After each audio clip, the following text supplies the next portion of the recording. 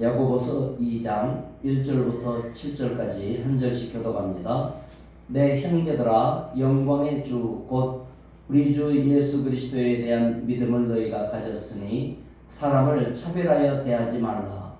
만일 너희들에게 금가락지를 주고 아름다운 것을 입은 사람이 들어오고 또 아름다운 것을 입은 가난한 사람이 들어올 때에 너희가 아름다운 옷을 입은 자를 눈여겨보고 말하되 여기 좋은 자리에 앉으소서 하고 또 가난한 자에게 말하되 너는 거기 서 있든지 내 발등상 아래 앉으라 하면 너희들이 서로 차별하고 악한 생각으로 판단하는 자가 되는 것이 아니냐. 내 사랑하는 형제들아 들을지어다.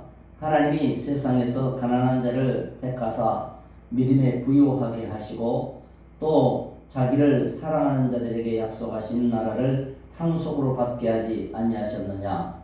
너희들 도리어 가난한 자를 없이 여겨보라. 부자는 너희를 얻어가며 법적으로 같이 합니다. 그들은 너희에게 대하여 일컫는 바 그 아름다운 이름을 비방하지 아니하느냐. 차별 대우하지 말라는 것이 첫 번째 주제입니다. 7절까지. 그리고 13절까지는 차별하는 것이 범죄와 같다는 것을 같은 내용으로 말하고 있어서 우선 반으로 잘라서 말씀을 보겠습니다. 이제 오늘 본문 내용을 보면 차별받는 사람도 천국을 유업으로 받을 형제다. 그래서 겉으로 쳐다볼 때는 차별할 만한 요소들이 사람들에게 있을 수 있습니다. 부자, 강한 자, 힘있고 가진 자 이런 사람이 되면 자기도 모르게 차별적인 마음이 일어나기 쉽죠. 이런 부분이 인간에게는 누구에게나 있기 때문에 믿음으로 사람을 대하는 훈련을 해야 된다. 늙어서 힘없다고 또 돈 없다고 어떤 사람은 병들었다고 흑인이라고 또 뭐 가난한 나라에서 왔다고 여자라고 애라고 사람들은 얕잡아 보죠. 이런 부분에 대해서 예수 믿는 사람은 그게 얼마나 위험한 것인가를 알라고 지금 가르쳐주고 계시는 겁니다. 사랑은 다른 말로 하면 긍휼이라고 표현합니다. 불쌍히 여기는 거예요. 갓난아기를 엄마가 불쌍히 여기는 것과 같은 마음을 긍휼이라고 하는데, 긍휼은 하나님이 모든 신자에게 주신 은혜예요. 하나님이 우리를 긍휼히 보셨어요. 지옥 가는 걸 볼 수 없고 차마 그만둘 수 없어서 선택해 주시고 구원하셨습니다. 이게 하나님이 우리에게 긍휼을 베푸신 거예요. 긍휼을 받은 우리는 다른 사람을 긍휼히 여겨야 되는 거죠. 근데 부자와 가난한 사람을 이렇게 나누고 힘 있는 자, 약자 이렇게 차별이 일어나면 여기 오늘 금가락지 끼고 멋진 옷 입고 온 사람에게 잘해주는 것은 그들을 긍휼히 여겨서 그런 건 아니죠. 한마디로 하면 비겁한 것 또는 아첨하는 마음이지 긍휼히 여겨서 그에게 잘해주는 게 아니지 않습니까? 하나님께서는 긍휼히 여기라는 거예요. 긍휼히 여기지 않는 것은 뒤에 보면 죄라고 하는 것을 말하고 있는 거예요. 하나님께서 만약에 우리가 긍휼히 여길 자를 긍휼히 여기지 않으면 심판날에 긍휼 없는 심판을 받으리라. 거기와 연결이 되어 있어요.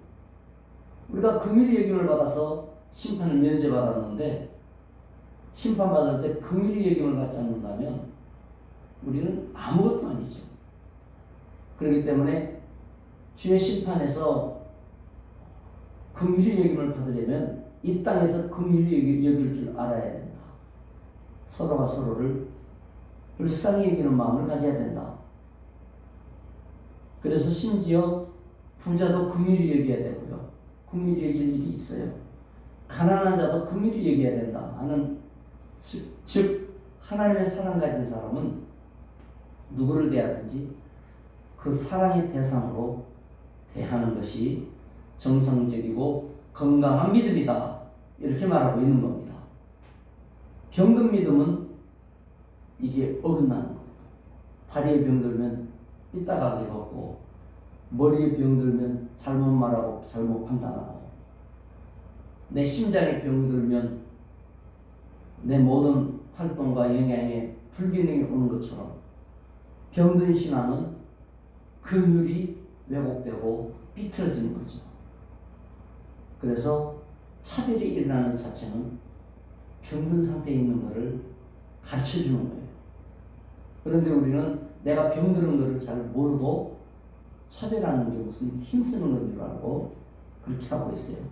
그래서 8절부터 13절 한번 읽어볼까요? 같이 이제 한 절씩 봅시다. 제가 8절 너희가 만일 성경에 기록된 대로 내 이웃 사랑하기를 내 몸과 같이 하라 하신 최고의 법을 지키면 잘하는 것이거니와 너는 너희가 사람을 찾아내어 대하면 죄를 짓는 것이지 율법이 너희를 범법자로 정죄하리라. 누구든지 온 율법을 지키다가 그 하나를 범하면 모두 범한 자가 되나니 가난하지 말라 하시기가 또한 살인하지 말라 하셨은즉 내가 비록 가난하지 말라해도 살인하면 율법을 범한 자가 되리라. 너희는 자유의 율법대로 심판받을 자처럼 말도 하고 행하기도 하라. 긍휼을 행하지 아니하는 자에게는 긍휼 없는 심판이 있으리라. 긍휼은 심판을 이기고 자랑하니라. 긍휼해야 심판 벗어나 딱 자랑하지. 긍휼이 없으면 심판에 얽혀들어가 절대로 부끄러움을 못 면한다. 율법을 아무리 다 지켜도 긍휼 어기면 다른 율법 다 지키지 못한 거나 똑같다. 아니 도둑질하지 말라. 도둑질 안 했으니까 됐어. 그러면서 간음하거나 살인하면 그 율법 어기는 거 아니냐. 법이라는 은혜처럼 하나를 어기는 것은 범법자가 되는 것이라서 법을 다 어기는 거나 똑같은 취급을 받는 것이 아니겠느냐. 긍휼도 그와 같으니 그야말로 긍휼을 잃어버리지 않도록 하라. 예수의 마음이에요. 이것이 바로 은혜의 마음입니다. 그렇기 때문에 주님의 심판대 앞에서 이렇게 긍휼하심을 얻기를 원하는 게 우리 신앙의 기본 자세 아닙니까? 그런데 하나님에게는 불쌍히 여겨달라고 사랑해달라고 요구하면서 내 형제에게는 그 사랑을 실천하지 않는다면 그것은 병든 상태다라는 걸 다시 말하고 있어요. 그래서 회개하라는 거죠. 알고 보면 내 눈밖에 난 사람, 그 사람이야말로 나에게 하나님의 축복을 전해주는 천사의 역할을 하는 사람이라는 걸 가르쳐주는 거예요. 그러니까 왜 응답이 없습니까? 라고 말하고 있을 때 하나님은 내가 응답 천사를 너에게 보내줬는데 아니 언제 천사를 보냈습니까? 눈 씻고 봐도 없는데 알고 보면 내가 멸시하는 그 사람이 하나님이 나에게 보내주신 응답의 천사예요. 내가 그를 어떻게 하느냐에 따라서 내 문제가 해결되는 응답이 그걸 통해 나에게 나타나는 거예요. 그래서 우리는 긍휼히 여길 줄 알아야 응답이 잘 옵니다. 긍휼, 사랑하지 않으면 우리는 응답이 늘 없다고 생각할 수밖에 없어요.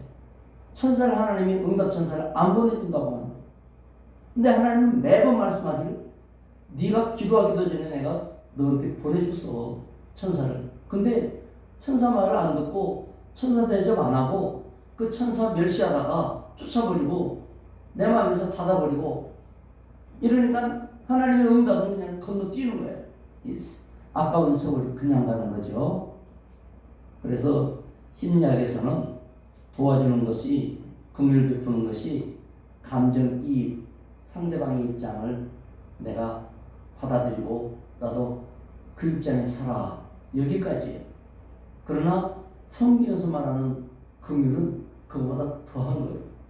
성경에서 말하는 사랑의 마음 또 공감 이것은 머리로 말씀 받아들이고 가슴으로 뜨겁게 간절하게 느껴지고 행동으로 뒷받침돼서 말로써 눈빛으로서 자세로서 이렇게 베풀어 나가고 이것이 같이 움직이는 것까지 말씀하는 거예요.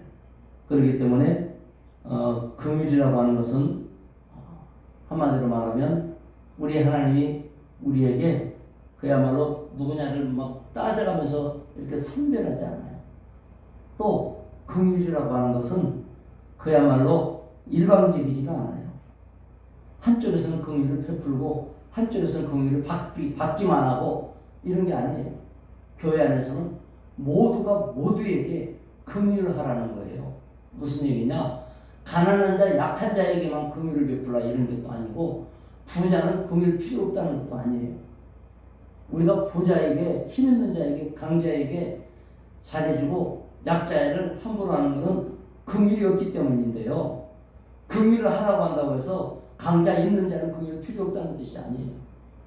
인간은 알고 보면 다 긍휼이 필요한 죄인이며 하나님의 은혜가 필요한 연약한 자일 수밖에 없어서 겉으로 쳐다볼 때는 강한 것 같고 부한 것 같고 가진 것 같고 센 것 같아가지고 거기에 굴복하지만 그런 식으로 하지 말고 긍휼히 얘기를 자로 똑같이 얘기를 하는 거예요.